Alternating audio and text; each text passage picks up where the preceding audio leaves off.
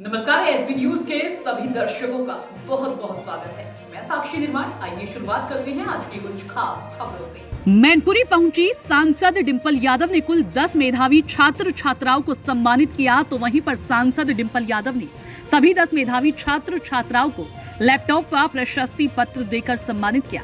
जिसके बाद समाजवादी पार्टी कार्यालय पहुंची सांसद डिंपल यादव ने प्रेस वार्ता कर भाजपा सरकार पर निशाना साधा। उन्होंने पहलवानों के प्रदर्शन को लेकर दिया बयान, कहा पूरा भारत देश उनके साथ खड़ा है। मुझे लगता है कि वह सही है। न्यायालय में प्रक्रिया चल रही है। भाजपा को निर्दोषों के साथ खड़े होकर दोषियों के खिलाफ कार्यवाही करनी चाहिए। राज्यसभा सांसद हरिनाथ सिंह के ट्वीट पर पलटवार। सांसद हरिनाथ का ट्वीट, अखिलेश यादव की 80 सीटें जीतने का दावा कर रहे हैं। वो केवल वाराणसी की सीट जीत कर दिखा दी। हम राजनीति से संन्यास ले लेंगे। डिंपल का बयान। इस तरह का बयान देने वाले लोग पहले खुद का अस्तित्व देख लें। सपा ने लोगों के बीच जाकर काम किया है, लेकिन भाजपा अपने मैनिफेस्टो के वादे भी पूरे नहीं कर पाई है। दलितों की जमीन पर अवैध कब्जों के सवाल पर डिंपल ने कहा कि भाजपा सरकार जब से आई है तब से हमारे दलित भाई बहनों पर उत्पीड़न के मामले बढ़े हैं। भाजपा को इसका संज्ञान लेना चाहिए, लेकिन भाजपा ऐसी सरकार है जो बातों का संज्ञान ही नहीं लेगी। प्रदेश में कानून व्यवस्था के सवाल पर कहा कि आप एनसीबी के आंकड़े देख लें, तो जब से भाजपा की सरकार आई है तब से क्राइम के मामले बढ़े हैं, लोगों में उत्पीड़न के मामले बढ़े हैं, भ्रष्टाचार बढ़ा है। नेगेटिव चीजें लगातार उत्तर प्रदेश में बढ़ती ही जा रही हैं। रोजगार घटे हैं और जहां बेटियों को आगे बढ़कर घर से निकलकर काम करना चाहिए वो भी घटा है। शिक्षा, स्वास्थ्य सेवाएं घटी हैं। ये सरकार जो कहती है वो करती नहीं है, जो करती है वो कहती नहीं है। जाति जनगणना के सवाल पर समर्थन करते हुए कहा, मेरा मानना है सबको हक और सम्मान मिलना चाहिए। भारत एक लोकतांत्रिक देश है, सभी का अधिकार है। समाजवादी पार्टी जाति जनगणना के पक्ष में है। अखिलेश केजरीवाल से गठबंधन कर रहे हैं, जबकि केजरीवाल ने 2014 में मुलायम सिंह को भ्रष्ट नेताओं की लिस्ट में नाम दिया था। सवाल पर डिंपल यादव बचती नजर आई और कहा कि राष्ट्रीय स्तर की बातें हैं और ये मैनपुरी से जुड़ी नहीं है।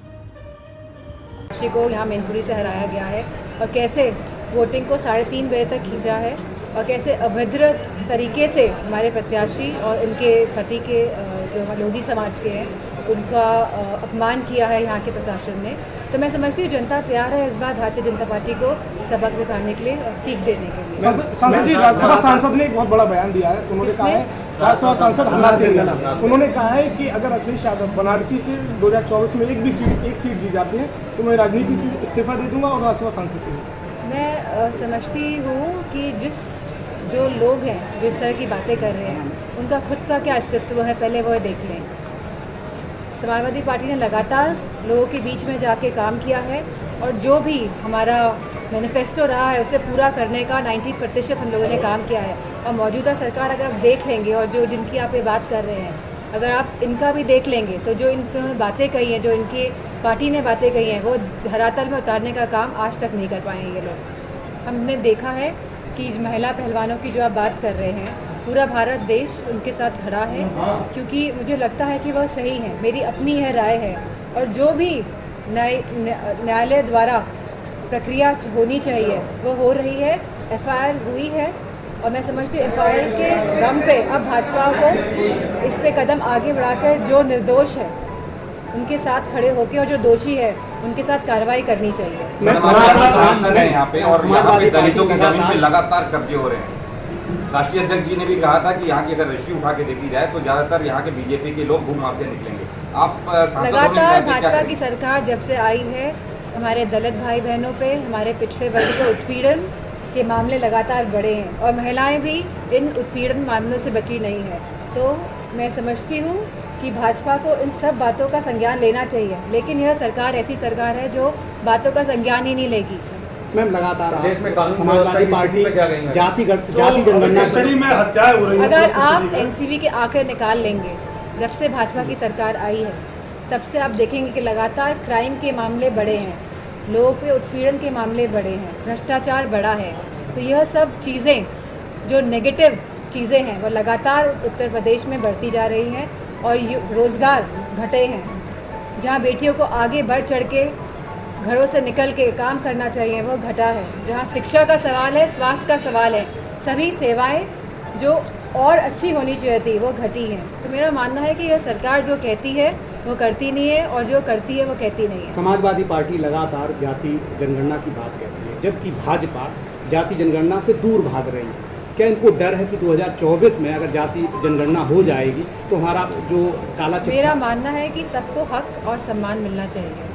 भारत एक लोकतांत्रिक देश है और सभी का अधिकार है सभी रिसोर्सेज पे, और सबको हक सम्मान मिलना चाहिए, और समाजवादी पार्टी पक्ष में है जाति के जनगणना। मैं पहले भी कह चुकी हूँ कि उत्तर प्रदेश में जो सरकार है वो ना लॉ एंड ऑर्डर पर ध्यान दे रही है, ना हमारी बच्चों की स्वास्थ्य और शिक्षा में ध्यान दे रही है, ना युवाओं के रोज़गार पे ध्यान दे रही है, ना किसानों की जो गाय की समस्या है, जो नील गाय की समस्या खास तौर पे अब देखी जा रही है, उस पर ध्यान दे रही है। लगातार इसमें गिरावट आ रही है और लोग बहुत ही उदासीन हैं।